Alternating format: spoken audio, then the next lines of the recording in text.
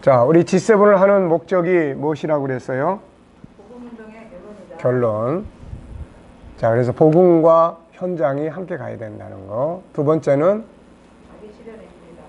예, 자기 내면에 있는 것들을 개발함으로 인해서 자기의 부요함, 내면의 세계의 부요함, 이거를 다른 말로 말하면 자신감, 이렇게 말할 수 있죠. 자, 그 다음에 세 번째는 시대가 이걸 필요로 한다. 주도적인 삶, 창의력적인 거, 전부 우리 안에 있는 것들을 사용하는 능력을 이 세상에 필요로 하고 있는 거죠. 그리고 앞으로 시대도 마찬가지고. 자, 그 다음에 이제 네 번째는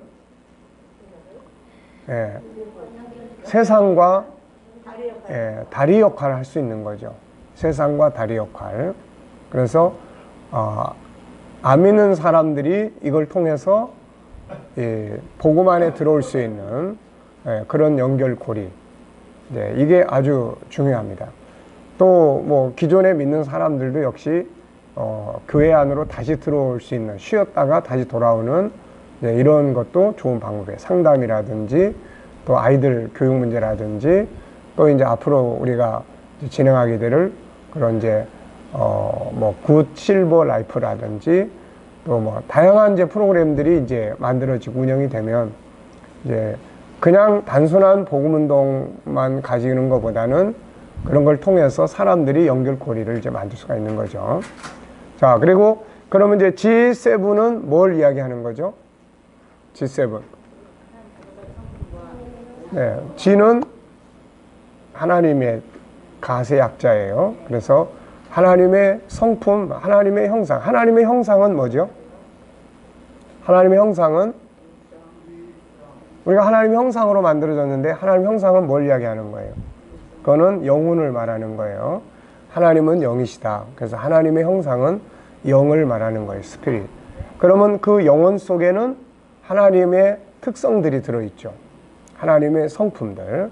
그래서 지금 우리가 공부하는 것은 하나님의 성품들을 공부를 하는 거예요. 그게 하나님 우리에게 주셨기 때문에.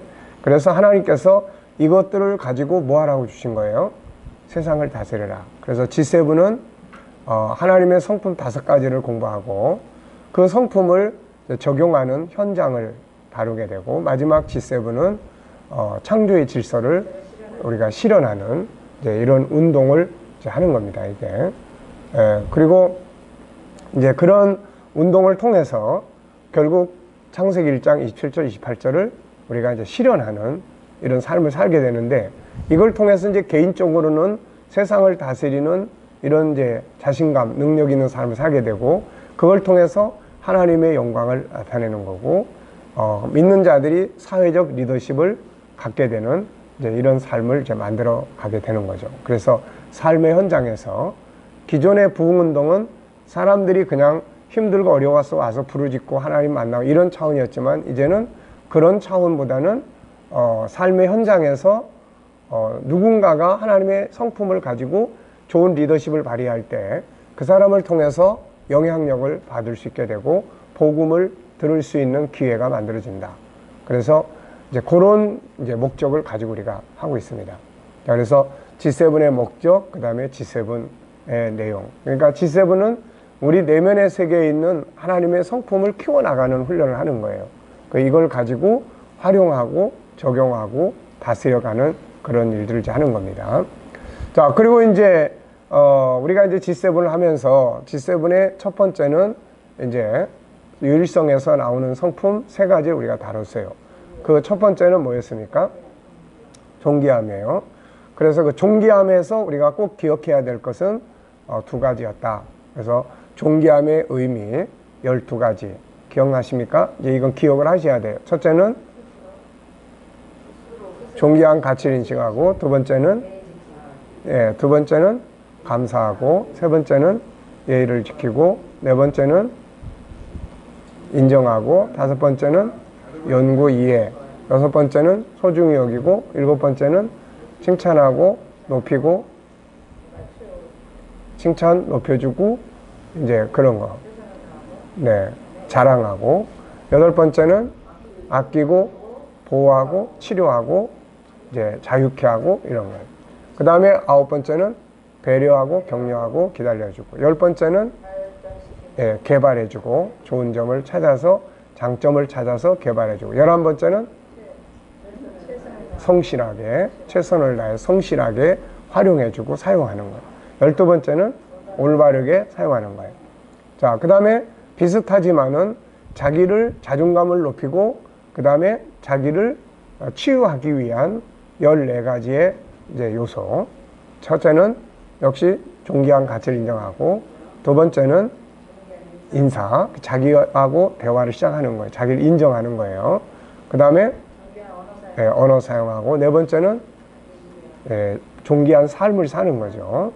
그리고 자기가 하는 일에서 좋은 의미들을 찾아내는 거고, 그 다음에는 연구하고 이해하고, 그 다음에는 수용하고, 그 다음에 희망을 갖고, 그 다음에 자랑하고, 사랑하고, 그 다음에 위로 격려, 칭찬하고, 그 다음에 자기와 대화, 자기 편지 쓰고, 그 다음에 충전하고, 또 셀필링하고 자기의 것들을 소중히 여긴다. 그래서 이런 것들이 이제 이거를 응용을 혹시 해보신 일 있나요? 응용. 어디다 어떻게 응용? 물론 우리가 일상적으로 이걸 통해서 우리가 좀 변화돼 갈 수 있는 거는 있어요. 그렇지만은 이걸 좀 더 구체화시켜서 어느 분야에, 뭐 내 직장에, 내 업무에, 또 뭐 심리 상담 치료에, 또 어떤 학습 멘토링에, 그러니까 이런 부분들에 이제 앞으로 이게 이런 것들이 계속 이제 학습 멘토링에서도 그거를 적용하게 되고 계속 이제 응용 적용해 가는 거예요, 이게. 자, 그 다음에 이제 모양의 다양성에 가서 거기서 우리가 5가지가 이제 정리가 돼야 돼요. 모양의 다양성은. 첫째는 뭐예요? 첫째는 이제 다름의 배경이 뭐냐. 왜 다르냐, 우리는 다. 그 다음에 두 번째는 이제 다름의 중요성이에요. 다름의 중요성. 그리고 다름이 중요하기 때문에 이제 비교하지 않고 다름의 소중함을 인정하는 거예요. 그 다음에 세 번째는 이제 다르기 때문에 각자가 가지고 있는 장점, 좋은 점. 그래서 장점 찾기. 그 다음에 장점을 찾아서 전문화시키기. 그래서 장점 찾아 전문화시키는 방법 9가지를 이야기했습니다. 그 다음에는 이제 뭐가 있습니까? 이제 각자의 역할이 있어요. 서로 다르기 때문에 이 사람은 이 사람의 역할, 저 사람은 저 사람의 역할. 그래서 주도적 삶과 그 다음에 자기 역할이에요. 주인의식과 자기 역할. 그래서 우리가 주도적 삶은 살아야 되는데 주도적 삶이라는 게 무엇인지, 그래서 주자, 스시, 최선 6가지가 있고, 그 다음에 주도적 삶을 사는 것과 기계적 삶을 사는 것과의 그런 차이점. 그래서 기계적인 삶을 살았을 때 이런 결과, 스트레스 많이 받고 생각의 차이 때문에 문제가 많이 생기고, 그 다음에 형식적인 게 많아지고, 그 다음에 성취감이 없고, 그 다음에 업무가 발전하지 못하고, 그 다음에 책임감을 느끼지 못하고, 그 다음에 인정받지 못하고, 그 다음에 자기의 상급이 없고, 그리고 이제 리더십을 발휘하지 못한다. 이런 문제가 있는 거예요. 그래서 주도적인 삶과 기계적인 삶의 차이점. 그 다음에는 이제 5번째는 뭐가 있습니까? 이제 그래서 첫째는 다름의 배경, 두 번째는 다름의 중요성, 세 번째는 각자의 장점, 네 번째는 주도적인 삶과 주인의식, 그 다음에 5번째는 이제 파트너십이에요. 우리가 서로 다 다르기 때문에 각자의 역할이 있는 거죠. 그래서 자기의 일을 존중히 여기고 하는 것처럼 다른 사람의 일을 존중히 여기고 무시하지 않고, 뭐 그것도 일이라고 해. 그게 아니라 존중히 여겨져요. 그 사람이 그 일을 해야만 내가, 예를 들면은 유대인들은 거지 노릇을 해도 그런 자부심을 가지고 있어요. 우리가 있기 때문에 당신들이 가지고 있는 걸 나눠줌으로써 계명을 이룰 수 있지 않냐. 그러니까 엄청난 거지의 자부심이죠. 그러니까 그런 어떤 부분들, 그러니까 우리가 신명기나 레위기나 인데 보면은 세상 끝날 때까지 가난한 자들이 있으니까 성 안에 가난한 자가 있으면은 외면하지 말고 그들과 나누라. 예, 이거 이제 자기들이 있음으로 인해서 그 말씀을 실현시킬 수 있다는 이야기죠. 그렇게 놓고 보면은 우리도 얼마나 많습니까? 원수들이 있으니까 우리도 뭘 할 수 있어요? 예. 목사님 막 다니시는 지금 카메라 막 들어가요. 예. 자, 그래서 원수가 있으니까 뭘 할 수 있습니까? 용서할 수 있는 말씀을 실현할 수가 있게 되는 거예요, 이게. 그 다음에 또 어때요? 나그네가 오면 귀찮죠. 근데 나그네가 있음으로 인해서 뭘 할 수 있습니까? 나그네를 섬기라고 하신 말씀을 실현할 수가 있는 거예요, 이게. 그러니까 어떻게 보면은 어떤 상대가 있기 때문에 우리는 어떤 말씀을 실현할 수 있고 내가 뭔가를 할 수가 있는 거죠, 이게. 네, 그러니까 그런 것들을 우리가 인정을 하는 거예요. 그래서 거기에 이제 좋은 파트너십을 갖기 위해서 우리가 몇 가지 방법을 쭉 이야기를 했었죠. 뭐 인속, 윈신, 그 다음에 성다비단, 뭐 이칭치법, 이런 이제 책업, 이런 내용들이에요. 그러니까 사람을 잘 알고 내면을 강화시키고 윈윈 관계를 갖고 신뢰 관계를 갖고 그 다음에 상대방의 성공을 돕고 그 다음에 다름을 인정하고 비교하지 말고 그 다음에 단점을 보다는 장점을 찾고 그 다음에 책망할 때 사건만 다루고 그 다음에 이제 인정해주고 그 다음에 이제 업무를 다룰 때 업무는 냉정하게 하고 그 다음에 인격은 손상시키지 마라.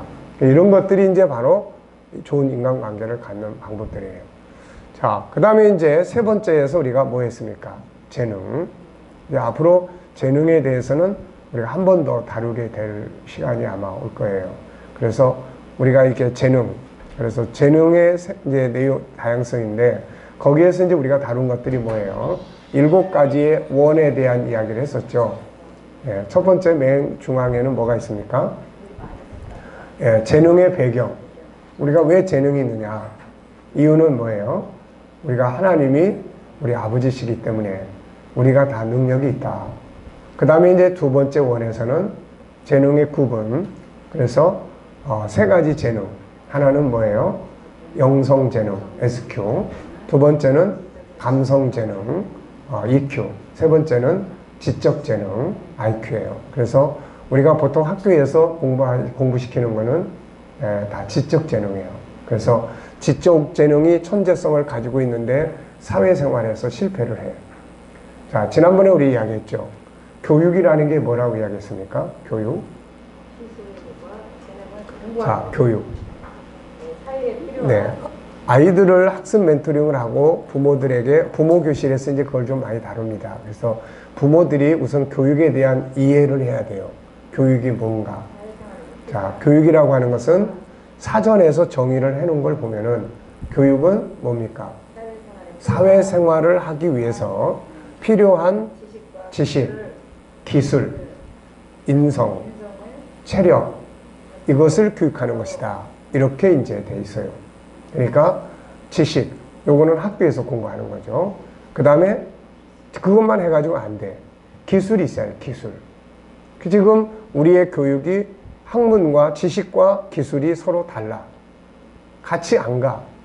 어떻게 보면은 먼저 기술을 배우고 그 다음에 학문이 따라가줘야 되는데 지금 학문이 먼저 가고 기술의 현장들이 없어요. 그래서 4년 동안 어떤 전공을 해도 현장에 나오면은 뭐 할 줄을 몰라. 이런 게 이제 문제가 되는 거예요. 그래서 학문, 지식, 기술, 예.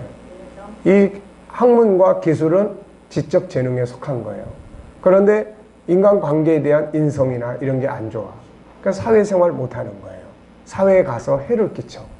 그러니까 사회 공동체에 해를 끼치는 거예요. 이게 올바른 교육이 안 돼요. 그래서 인성이 들어가야 되고 요즘에 와서는 뭘 하나 더 사회가 강조합니까? 바로 이 SQ, 영성.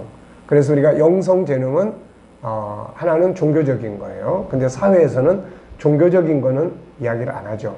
근데 사실 종교적인 게 빠져버리면은 이 SQ가 올바로 개발될 수가 없어요.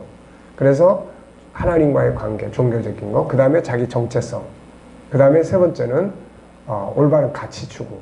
그러니까 이런 것들이 바로 이제 SQ의 능력이에요. 그러니까 인간관계도 잘하고 사바사바도 잘하고 뭐 그야말로 지적으로도 잘했는데 나중에 가서 타락해버려. 이거는 뭐가 없는 거예요? SQ가 없는 거예요. 인생에 방황을 해. 이것도 SQ가 부족한 거예요. 그 다음에 어떻게 살아야 되는지에 대한 올바른 가치가 없어. 그래서 인생의 허물을 자꾸 이야기를 해. 이건 다 어느 쪽이에요? SQ 쪽이에요, 이거 다. 그래서 우리 기독교인들은 SQ는 굉장히 강하죠, 이게. 그런데 올바르게 강해야 돼요. 그냥 무조건 하나님만 섬기는 이게 아니라, 그렇다면은 제가 지난주 토요일에도 학습 멘토링 하는 아이들에게 신앙생활, 하나님을 믿는 것이 너희들의 학습에 어떤 영향을 미치고 있느냐. 예, 그래서 우리가 교육을 할 때 질문을 많이 하셔야 돼요. 아이들에게 질문을 하도록. SQ의 핵심은 질문이에요. SQ는 질문하는 능력을 길러주는 거예요. 그런데 그 질문이 지적 질문이 아니고 감성적 질문이 아니라 인생의 본질적 질문을 할 수 있는 능력을 길러줘야 돼요. 내가 이걸 왜 해야 되지? 네, 이걸 뭐 때문에 해야 되나? 지금은 그런 것들이 만들어져야 주도적인 학습이 이루어질 수가 있어요. 이 과목을 왜 해야 되지? 이게 나한테 무슨 필요가 있는 거지? 이게 안 되는 상태에서는 절대로 학습도 제대로 안 됩니다, 이게. 그래서 지금은 바로 이 9번째 재능이라고 하는, 가드너는 이거를 9번째 재능이라고 이야기했어요. 8과 2분의 1 재능. 그러니까 그만큼 이제 생각을 해야 되는 시기에 우리는 살고 있는 겁니다, 이게. 그래서 신앙생활도 마찬가지예요. 우리가 교회 열심히 다니는데 이게 자기한테 어떤 영향력을 주고 있는지, 이 속에서 어떤 의미를 찾아야 되는지, 이런 거 전혀 생각 없이 믿는단 말이에요. 그러니까 종교적 습관이지, 그거는 그야말로 라이프가 아니에요. 하나님과의 관계 속에서 살아가는 삶이 아니에요. 그래서 이런 부분들을 이제 우리가 체크를 하는 겁니다. 그 다음에 이제 세 번째 영역으로 가서는 뭐가 있습니까? 이 재능을 개발을 해야 되는데, 세 가지 재능을 개발해야 되는데, 모델이 있어요. 그 어느 영역에서 개발을 해야 되느냐. 그래서 그 모델을 하나님의 천지창조 프로젝트예요. 그래서 앞으로 이제 재능 개발에서 지적 재능을 개발할 때 바로 이 부분을 굉장히 이제 교육을 이제 다시 하게 됩니다. 그래가지고 첫째는 뭐예요? 동기 창조. 두 번째는 기획의 능력이에요. 기획과 계획. 앞으로는 전부 그게 필요해요. 그게 창의력이에요. 네, 그게 없이는 앞으로의 세상은 안 됩니다, 이게. 그래서 이 기획의 능력, 생각의 능력이에요. 그 다음에 세 번째는 기획한 것을 현장화시키는 거예요. 창조. 우리가 공부한 이론들을 어떻게 현장화시킬 거냐. 자, 우리가 전문가라고 하는 것은 두 가지라고 있다는데, 전문가라고 말할 수 있는 두 가지가 뭐라고 그랬습니까? 전문가. 지난번에 이야기했죠. 네. 말하는 거를 현장화하고 있느냐는 거예요, 이게. 현장화가 되고 있냐는 거예요. 지금 우리가 공부하고 있는 이 내용들이 현장화가 되고 있냐는 거예요. 그러니까 우리가 전문가가 되려면은 반드시 여기에서 공부한 것들을 현장화 해봐야 되는 거예요, 이게. 현장화를 통해서 이 공부의 내용이 어떤 결과를 도출해낼 수 있는지. 그 다음에 현장화를 시키되 두 번째는 뭐라고 그랬어요? 내가 생각하는 만큼의 목표가 달성이 되고 있느냐는 거예요. 현장은 하는데 아무것도 되는 게 없어. 그러면 이 장사로 말하면 이 장사는 뭐 하는 장사예요? 이게 뭐 망하는 장사예요. 문 닫는 장사예요. 예. 상품으로 말하면 누가 그걸 사겠습니까, 이게? 그러니까 전문가의 두 가지 특징은 자기가 알고 있는 이론을 주장하는 이론이 현장화. 그래서 우리가 특히 우리 목회자들이 말을 많이 하지 않습니까? 뭐 세미나를 하러 다니는 강사들, 뭐 부흥 강사들. 그래서 제가 이제 어느 때부턴가는 뭘 생각을 해보기 시작했냐면, 저분의 교회는 어떠고 있을까? 저거를 가르치고 저거를 이야기하는 저분의 교회는 과연 어떤 상태로 있을까가 궁금해지기 시작을 했어요, 이게. 텔레비에서도 이제 상담자들이 그 가정이나 상담들 하잖아요, 방송에. 그러면 이제 항상 궁금한 게 뭐냐면은, 상담받은 저 사람들의 결과가 지금 어떻게 지속되고 있을까? 이게 제일 궁금한 거예요, 이게. 그러니까 진짜 전문화 프로, 뭐 그냥 좋은 말 해주고 공감해주고 그 자리에서 뭐, 옳다고 이야기하고 그 자리 서로 화해하고 이런 건 뭐 웬만하면 다 할 수가 있어요. 근데 문제는 그 다음에 갔을 때 그게 얼마나 지속이 되고 정말 완전한 변화가 오고 아니면 어느 정도 지속이 되고 그거를 위해서 어떤 관리가 계속 되고 있느냐는 거예요, 이게. 그러니까 이런 것들이 없으면은 우리가 세미나 때나 뭐 할 때 좋았던 이야기는 나중에 가보면 다 과거의 이야기예요, 이거 다. 그러니까 이제 프로라고 하는 것은 바로 그 현장을 얼마만큼 강화시킬 수 있느냐는 거고, 강화를 시키되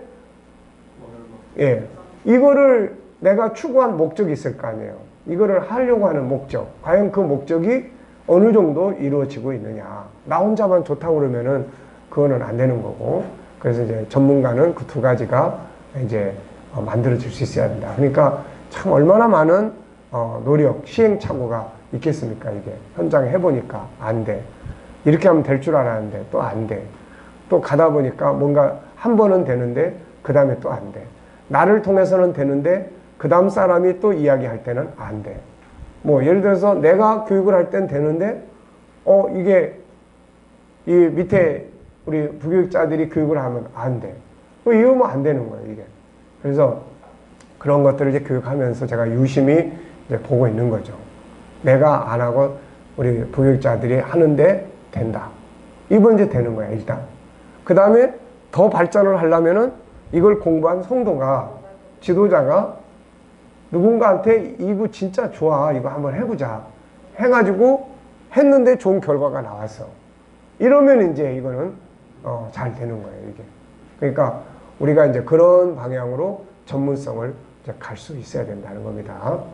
자, 그 다음에는 이제 그 다음에 뭐예요? 이제 동기, 기획, 현장 창조, 그 다음에 이제 관리죠, 관리.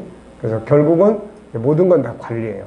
그래서 지금의 교회 운동은 그런 부분에서도 굉장히 중요합니다. 예, 지금 저희 교회도 밖에서 이렇게 전도를 해도 밖에서 들어오는 사람이 많지 않은 시대다 보니까 내 안에 들어와 있는 사람들을 어떻게 강화시켜 줄 거냐. 결국 이들이 자원이지 않습니까? 그러니까 이분들에게 관계된 사람들이 있단 말이에요. 이분들이 관계된 사람들. 이 관계된 사람들에게 뭘 어떻게 전달을 해줄 수 있고, 그렇게 하려면은 먼저 우리 안에 있는 사람들이 자원이에요. 이들을 어떻게 훈련시키고, 어떻게 이들을 관리를 해서 강화시켜가지고, 뭔가요. 그냥 밖에다가 해가지고는 이게 그야말로 가뭄에 콩 나는 거니까, 이게. 예, 그러니까 그런 것들이 이제 관리예요, 관리. 그 다음에는 이제 뭡니까? 네, 그 다음에는 복구예요. 분명히 문제가 있습니다. 안 돼. 그리고 사고가 생겼어. 전혀 생각 밖의 상황들이, 뭐 직장이든 교회든 어디든 인간관계든 가정이든 뭐 다 그런 문제들이 생겨요. 그랬을 때 포기하는 게 아니라 복구하고, 복구를 하되 원상복구가 아니라 더 변화와 발전을 가져올 수 있는 복구로 갈 수 있는 이런 게 중요한 거죠, 이게. 그게 이제 전부 다 뭐예요? IQ, EQ, SQ예요, 전부 다. 올바른 그런 걸 복구를 위해서 올바른 질문을 할 수 있는 이런 부분. 네. 그래서 학습 멘토링도 마찬가지입니다. 이제 시간이 이번에 나면은 제가 학습 멘토링과 관계돼서 조금 더 실제로 여러분들이 접근할 수 있도록 그렇게 1시간쯤 지금 설명을 하려고 하는데요. 어쨌든 이런 부분들을 통해서 이제 좋은 질문들을 해서 문제 이제 답을 찾아내고 할 수 있는 게 필요한 거죠. 그 다음에가 뭐예요? 이제 완성입니다. 완성.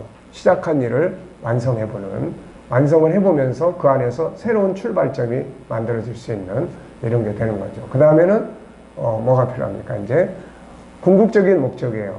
우리가 그것을 시작한 이유, 진행해서 완성해서 결국 무엇을 어떻게 나타내고 싶으냐. 이게 이제 SQ가 강해야 돼요. 거기서는 공익적이고 올바른 가치를 추구하고 뭐 이제 그런 부분들이죠.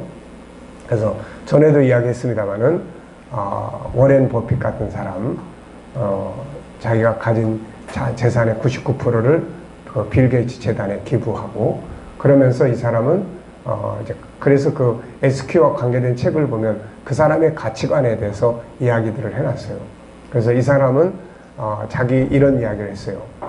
자기는 돈을 벌기 위해서 이 일을 하는 게 아니고 자기가 가진 재능을 사용하기 위해서 이 일을 하는 것 뿐이다. 그리고 난 사회로부터 내 재능을 사용할 수 있는 소중한 기회를 사회로부터 부여받았다. 그래서 내가 얻은 모든 이익은 사회가 공유해야 될 부분이지 내 개인의 것이 아니다. 나는 다만 사회가 부여한 기회 속에서 내 재능을 개발해서 활용하는 행복을 누리고 있다. 이런 이야기예요. 그러니까 이런 것들이 바로 뭐가 발전한 사람이냐면 SQ가 발전한 사람이에요. 그러니까 우리가 만약에 기독교인이라도 종교적인 쪽에서 SQ는 발전을 했는데 그렇게 하나님의 뜻이 그런 거 아닙니까? 하나님의 뜻이 사랑인데 사랑은 나눔이고 결국 그런 가치를 공유하지 않으면은 종교적 SQ는 높은데 사회적 가치적 SQ는 우리 기독교인들이 낮은 거예요. 이게 안 믿는 사람들 중에서도 하나님은 안 믿지만은 그런 가치적 SQ가 높으면 우리 믿는 사람들보다 훨씬 더 가치 있게 살아갈 수가 있는 거죠. 이게 그렇죠. 그 영향력이 훨씬 큰 거죠. 이게 그러니까 지금 우리 한국 교인들이 한국 교회가 사회로부터 지탄을 받고 하는 것은 어떻게 보면은 종교적 SQ는 높은데 그런 가치적 SQ가 사회인들보다 낮은 거예요. 이게 그러니까 그래서 도덕성이라든지 어떤 있는 것을 나눔이라든지 기업 믿는 사람들 또 믿음으로 뭐 사회에서 진출해서 리더자로 살아가는 사람들이 그런 가치들이 약하기 때문에 믿음은 있는데 하나님과의 관계는 있는데 그게 영향력을 미칠 수가 없는 거예요. 이게. 네. 자, 그래서 그 세 번째, 첫째는 뭐예요? 재능의 배경. 두 번째는 재능의 구성, 내용. 그 다음에 개발해야 될 영역. 그 다음에 나가면은 이제 도구가 필요하겠죠. 개발을 하려면 도구가 필요하지. 이 도구가 없이 개발이 안 되는 거예요. 땅속에 파묻혀 있는데 그걸 손가락으로 파가지고 될 수 있는 게 아니잖아요. 그래서 도구, 삽이 있어야 되든지 뭐 포크레인이 있어야 되든지 뭐가 하여튼 있어야 개발을 해내는 거니까 SQ든 그 다음에 EQ든 IQ든 간에 그 도구들이 필요해요. 그래서 네 번째 라인에서는 도구가 이제 있습니다. 그래서 그 도구가 뭐예요?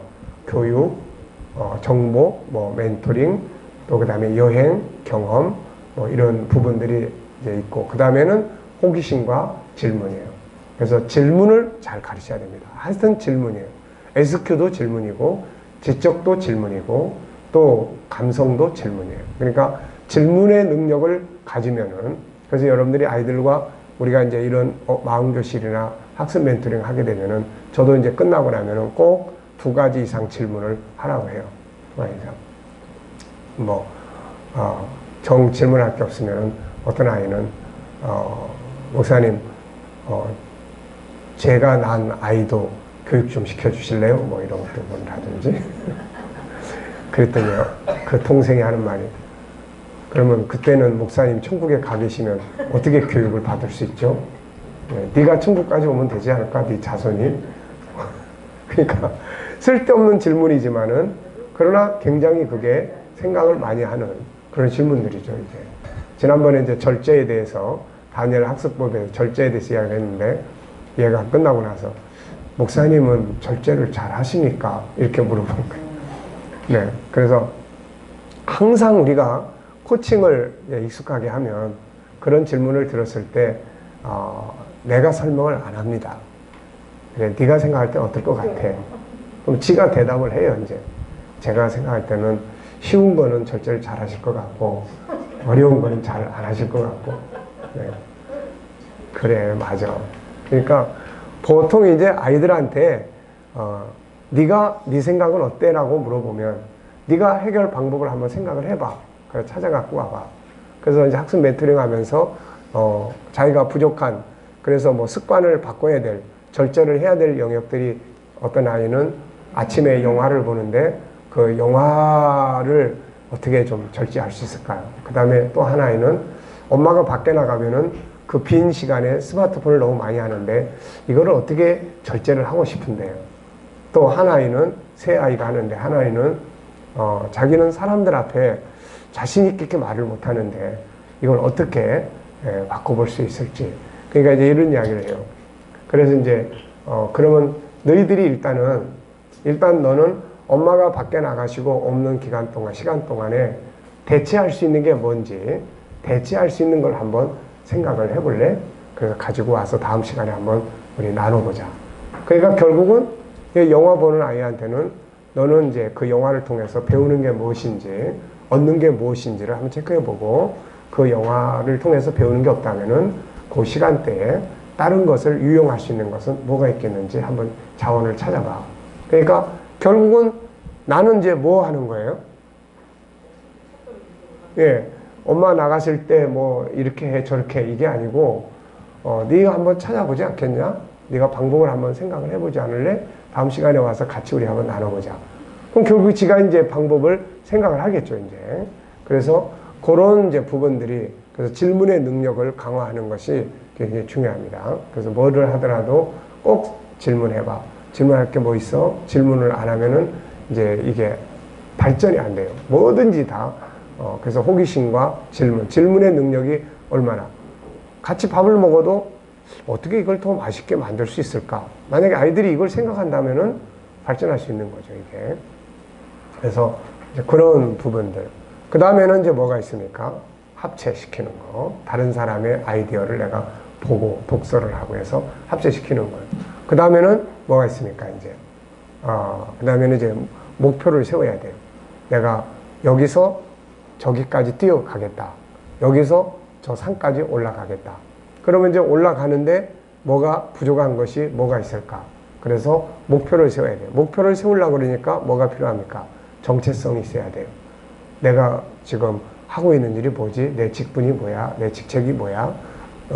왜 이 일을 발전시켜야 되는가? 그래서 정체성이 없는 목표는 그건 오래 가지 못해요. 그래서 자기 정체성이 명확하고 목표. 그 다음에 이제 상상력입니다. 항상 상상력. 그걸 말로 하고, 그 다음에 생각의 기능. 그래서 생각하는 방법. 생각하는 방법을 우리가 늘 익숙하게 훈련하는 것이 그래서 중요한 겁니다. 브레인스토밍, 뭐 7가지, 6가지, 뭐 육색 사고보자, 이런 거. 그 다음에 우리가 13가지의 그 생각의 방법들 쭉 있잖아요. 자, 그래서 이제 그런 부분이에요. 그 다음에 이제 6번째로 가면, 5번째로 가면 뭐 있습니까? 이제 배경, 구성, 영역, 그 다음에 이제 도구, 그 다음에 5번째는 현장이에요, 현장. 그래서 어느 현장에서 기획을 하고 어느 현장에서 뭘 위한 기획을 할까, 무엇을 어디서 할 것인가는 현장에 따라서 다 달라져요. 그래서 우선 하나님과의 관계, 창세기 1장 27절, 그 다음에 창세기 1장 28절에서 가정, 그 다음에는 이제 업무적 영역이에요. 그리고 나면 6번째로 뭐가 옵니까? 이제 열매를 거두게 돼요. 어떤 결과물을 얻게 됩니다. 그 다음에는 마지막 7번째는 이제 하나님이 보시기에 좋았다, 행복한 그런 삶을 거두게 됩니다. 이게 이제 재능의 개발에 이제 중요한 그런 이제 과정들이에요. 자, 그 다음에 이제 우리가 이제 유일성은 그렇게 해서 정리가 됐습니다. 그 다음에 이제 중요한 거는 지금 그런 내용들을 우리가 얼마만큼 계속 암송하고 계속 익숙하게 해야 이제 현장을 사용할 수가 있습니다. 이게 현장 사용. 자, 그 다음에 이제 두 번째 성품에서는 뭐였어요? 이제 인격성인데, 그 인격성의 이제 기능은 3가지였어요. 그래서 인격성의 기능이 제일 많습니다. 그래서 이걸 구분을 해보니까 유일성의 기능들은 주로 얻는 기능이에요. 이렇게 얻는 기능. 그 다음에 인격성의 기능은 주로 경영의 기능이에요. 주로 경영하는 기능이에요. 그 다음에는 그래서 인격성 안에 3가지. 첫째는 뭐였어요? 생각의 기능. 그래서 생각의 기능, 생각이라는 게 뭐냐? 그 생각의 특징이 뭡니까? 하나님이 우리에게 그분의 형상을 주셨는데 그 중에서도 생각하는 기능을 주셨다는 것은 굉장히 중요한 거예요, 이거는. 그래서 생각의 기능. 그래서 그 중에 생각의 방법, 우리가 생각의 특징 11가지를 이야기했어요.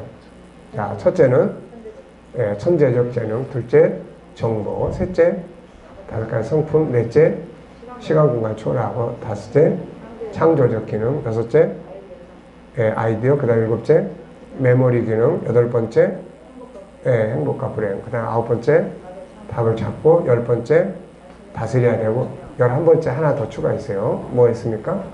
감정의 기능이에요. 감정의 기능.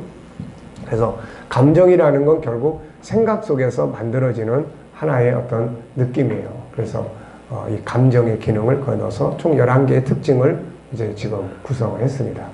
자, 그 다음에 이제 결국 생각이 뭐예요? 무엇을 어떻게 생각하느냐 하는 거죠. 무엇을 생각할 거냐? 어떻게 생각할 거냐? 이렇게 생각하면 이렇게 되고 저렇게 생각하면 저런 결과가 나오고 안 된다고 생각하면 안 되는 거고 된다고 생각하면 도전을 하는 거고 이런 거예요. 그래서 예. 그래서 생각의 방법. 자, 첫째는 뭐였습니까? 네. 전과유, 다본능, 영통. 그래서 전체적 생각법. 그 다음에 네. 과거 부인하고 이제 이거는 과거 부인이라는 게 뭐예요? 지금까지 이루어진 것들을 익숙함에 빠져 있지 말고 그걸 부정하고 이거 외에 뭐가 또 있나 새로운 걸 찾으라는 거죠. 그런 질문법이에요. 그 다음에 이제 세 번째는 이제 유기적 관공법. 그래서 우리가 상담할 때나 학습 멘토링 할 때 많이 사용하는 거예요. 이것이 계속 지속된다면은 어떻게 될 것 같습니까? 이게 다 유기적 관계들이에요, 이게. 자, 그 다음에 이제, 다각도 이렇게 보고, 위에서 보고, 아래서 보고.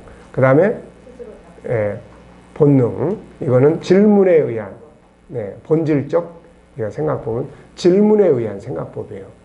그걸 왜 그렇게 생각하는데? 그래서 누가 그렇게 그게 옳다고 이야기를 했어? 그 외에 다른 건 없을까?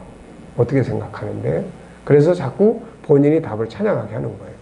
그러니까 학습 멘토링도 이제 지난번에도 이제 지금 학습 멘토링 하는 아이 하나하고 대화를 하면서 떨어진 과목이 뭔지, 그때 수학. 그래서 10가지 질문만 네가 스스로 할 줄 알면 풀어갈 수가 있다. 10가지 질문만 네가 네 스스로에게 질문하는 훈련을 해라. 그래서 오늘 목사님이 연습을 시켜볼 테니까 한번 이렇게 해봐. 그래서 이제 질문을 쭉 하는 거예요, 이게. 자, 수학이 떨어진 아이에게 질문을 해보십시오. 여러분들이 어떤 질문을 하면 얘가 행동을 할 수가 있을까요? 네. 자, 우선 첫째는 어떤 질문을 하면 될 것 같아요?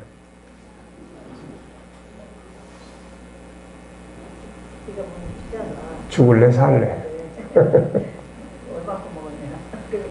네. 우선 제가 이제 이런 질문 몇 가지 했어요. 수학이 지금 이렇게 안 좋은데, 과목이 떨어져서 안 좋은데, 이게 네 마음에 미치는 그런 영향이 뭐라고 생각해? 예. 근데 기분 안 좋죠. 속상하죠. 그 다음에 두 번째 질문이다. 그러면은 처음부터 그렇게 잘 안 됐어? 아니면 하나가 처음엔 잘 됐는데 중간 어느 부분에서 안 되기 시작한 거야. 그랬더니 중간에서부터 안 되기 시작했다는 거예요. 예. 그러니까 이런 문제들이 이제 다 있는 거죠. 자, 세 번째. 그러면 이제, 이거를 이대로 내버려 두고 싶어? 아니면은 정복을 해야 되겠다고 생각해. 예. 정복을 해야죠. 자, 그 다음에는, 그러면은 지금 이제 안 되는 분야가 어느 분야라고 이야기할 수 있어? 그랬더니 얘는 비율이라고 이야기하더라고요. 얘가 한참 생각을 하길래 내가 뭐 분수야? 나눗셈이야? 뭐 소수점이야? 뭔데? 근데 이건 이제 자원을 제공하는 거죠. 그랬더니 얘가 비율인다고 이야기해요. 비율. 그래? 그러면은 거기서 이제 우리가 비율을 막 설명해 줄 만한 능력이 안 되잖아요. 그러니까 그렇게 할 필요도 없어요. 결국 얘가 답을 찾아가야 되니까. 비율을 하고 못하고의 능력은 얘 안에 있는 거예요, 지금. 그러니까 그 다음에 이제 그래, 그러면 어디서 어디까지 이해가 되고 그 비율 속에 어디서 어디까지 이해가 안 돼. 그걸 찾아봐. 그 다음에는 이 안 되는 부분을 도와줄 수 있는 사람이 주변에 누가 있는지 한번 생각해 볼래? 선생님은 어때? 만약에 네가 학교 공부 끝나고 선생님한테 찾아가서 이해가 안 되는 부분에 대해서 따로 질문을 한다면 선생님이 어떻게 하실 것 같아? 얘가 한참 생각하더니 별로 안 좋아하실 것 같아요. 그래, 그러면은 선생님 말고 그러면 요 부분에 대해서 널 도와줄 사람이 누가 있을까? 쭉 생각을 해보더니 엄마가 도와줄 수 있을 것 같다고 이야기해요. 그래. 그러면은 엄마한테 언제 물어볼 수 있겠니? 예, 학교 갔다 와가지고 좀 쉬었다가 물어볼 수 있을 것 같아. 그래. 그러면은 한번 물어보고 이 문제를 해결해서 다음 시간에 한번 같이 나눠보지 않겠냐? 그랬더니 그렇게 해보겠다고 하고 갔어요. 그러니까 결국은 이제 만약에 이제 엄마가 잘 도와줘서 해결이 됐으면은 지가 이제 이걸 정복해 가는 성취감도 있고 하지 않습니까? 그러니까 결국 이제 그런 질문들을 통해서 이 생각이 작동하도록 만들어 주는 거예요, 이게. 자, 그래서 그런 이제 본질적 질문에 의해서 생각을 이제 방향을 바꿔주는 거죠, 이제. 그래서 이런 걸 응용한 것이 인지치료 이런 것들이에요. 그 다음에는 이제 어떤 생각법 있죠? 예, 능동적 생각법 스스로.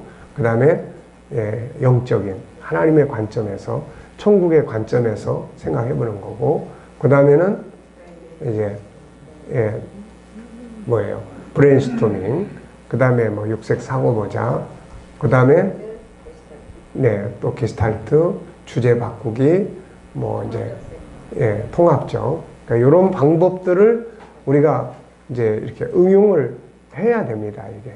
그러니까 응용을 할 수 있으면은 다양하게 도와줄 수가 있어요. 다양하게. 그러니까 이게 뭐 그렇게 어려운 게 아니니까 만약에 잘 안 되면 쭉 적어가지고 그냥 벽에다 쭉 사무실에다가 써붙여 놓으면은 뭔 이야기를 해줘야 되나 그거 한번 쭉 보면은 아이디어를 얻어서 할 수가 있으니까 그렇게. 자, 그 다음에 이제 생각의 내용은 뭘 생각할 것인가가 이제 중요한 거예요. SQ를 생각할 건지 IQ 쪽을 생각할 건지 EQ 쪽을 생각할 건지.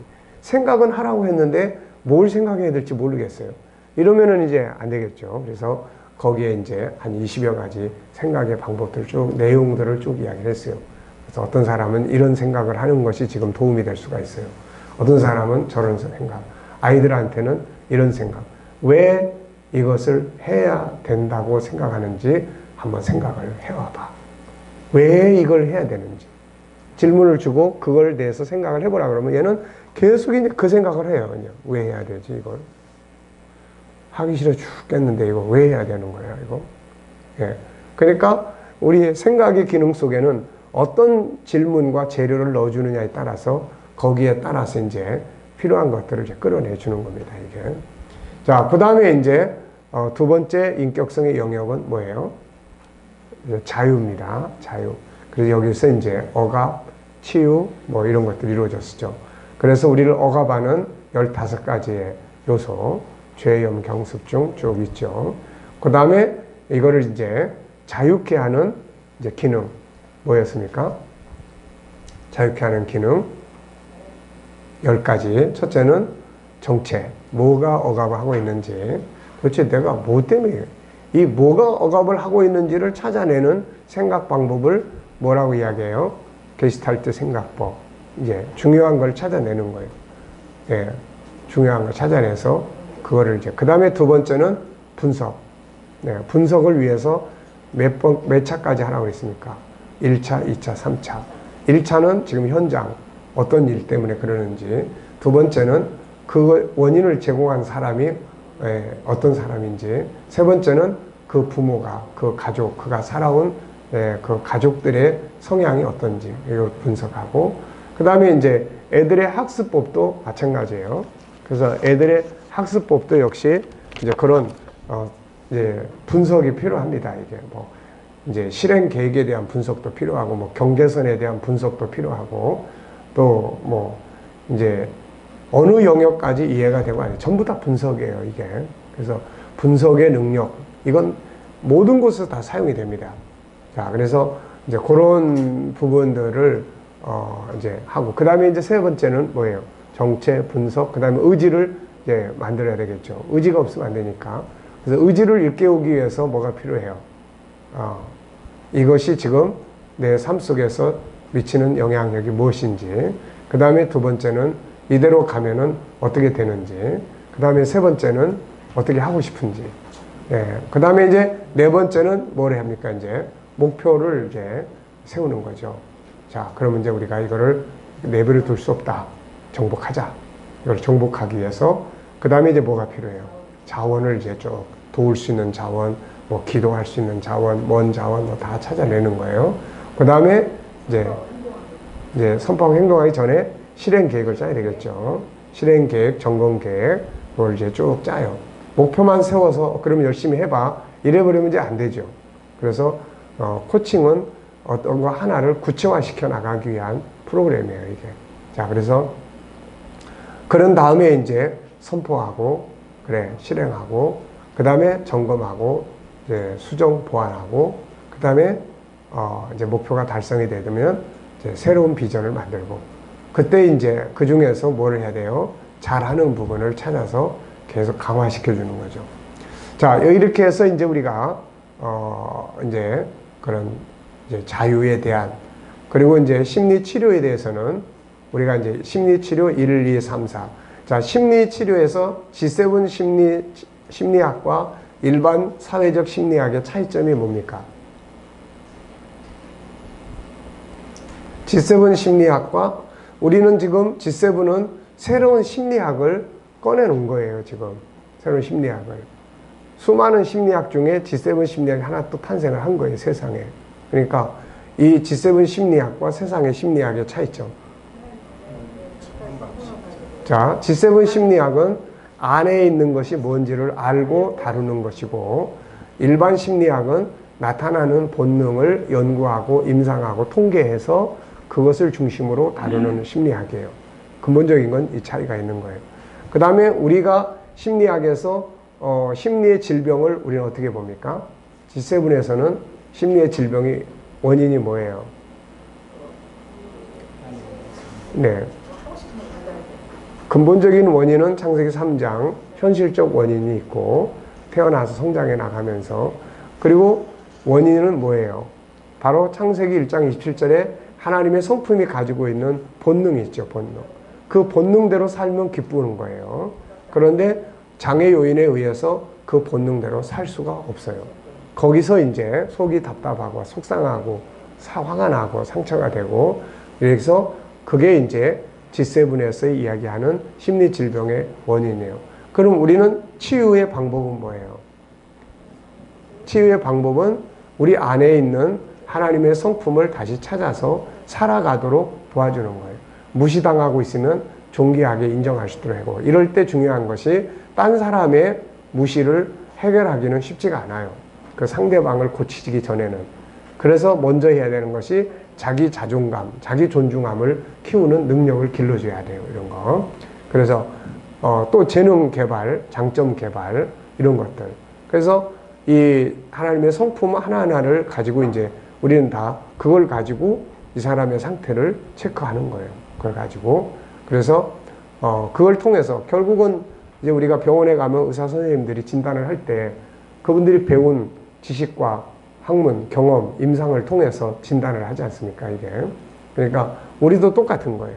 하나님의 성품을 충분히 우리가 그래서 알아야 되는 거야. 그걸 알아서 거기에 근거해서 진단을 하고 처방을 내리는 거죠, 이게. 그 다음에 이제, 그래서 지금 우리가 이제 심리 상담사 자격증을 주기 위해서는 우리가 지금 공부해야 될 게 자유의 기능 하나 있어요. 그 다음에 심리학 1, 2, 3이 있습니다. 그래서 1권은 그 차이점이에요. 그 다음에 2권은 심리 질병을 유발시키는 주변 상황이에요. 그래서 이걸 제거를 하는, 거기서 마음의 염려, 근심 제거하는 거 15가지 방법인데 이거는 꼭 기억해 두시는 게 좋아요. 그래서 치유의 방법들이니까. 그 다음에 이제 세 번째 책에서는 거기에 실질적인 몇 가지의 우리 심리 질병에 다루는 내용을 다뤘어요. 뭐 무기력, 분노 조절, 그 다음에 열등감, 또 우울증, 공황, 대인 기피, 뭐 이런 것들을 다뤄놨어요. 그렇게 하고 그 중에서 이제 총괄적인 내용을 아픈 마음 치유 교실을 통해서 이제 만들어 놨습니다. 그래서 아픈 마음 치유 교실을 어쨌든 지금 혹시 교육하고 있는 부분들 있으세요? 여기서는 지금 계속 하고 있습니까? 끝났어요? 네. 네. 네. 예. 어쨌든 그게 좋은 효과들이 있어요. 그래서 저희 교회도 여러 팀이 그걸 하는데 그 중에 이제 새로 온 사람들이 그것 때문에 온 사람들이 속한 팀이 주일날 오후에 이제 우리 여전도사님이 하고 있는데 아주 잘하고 있습니다. 그리고 그걸 통해서 다 이제 치유를 해 나가니까 나한테 와서 상담을 잘 안 해요. 요즘에는.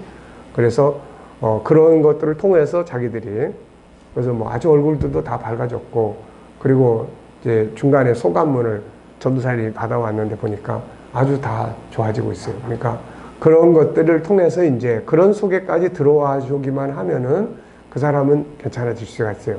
근데 뭐 그런데도 잘 안 오고 막 완전히 막 이제 상담도 잘 안 하려고 하고 이런 사람들이 좀 어렵긴 하는데 어쨌든 스스로 내가 이렇게 살다가 이거 어떻게 되는 거 아니야 그러면서 고민하는 사람들은 그런 걸 통해서 잘 할 수 있습니다. 그래서 그런 아픈 마음 치유교실의 프로그램을 그냥 공과를 같이 공부를 해도 그게 굉장히 좋은 효과들을 만들어낼 수 있어요. 자, 그래서 이제 그런 부분들이 1권 자유, 1, 2, 3 이제 심리 치유에 대한 1권은 심리 상담 1권은 뭐였어요? 차이점이에요. G7 심리학과 일반 사회 심리학. 2권은 주변을 정리해 주는 거예요. 세 번째는 이제 대표적인 이제 이 심리 질병들을 어떻게 다룰 거냐에 대한 예방은 뭐고 치유는 뭐고 관리는 뭐냐 이런 걸 다루고 있는 겁니다. 그리고 아픈 마음에. 자, 10분간 휴식을 하죠. 네.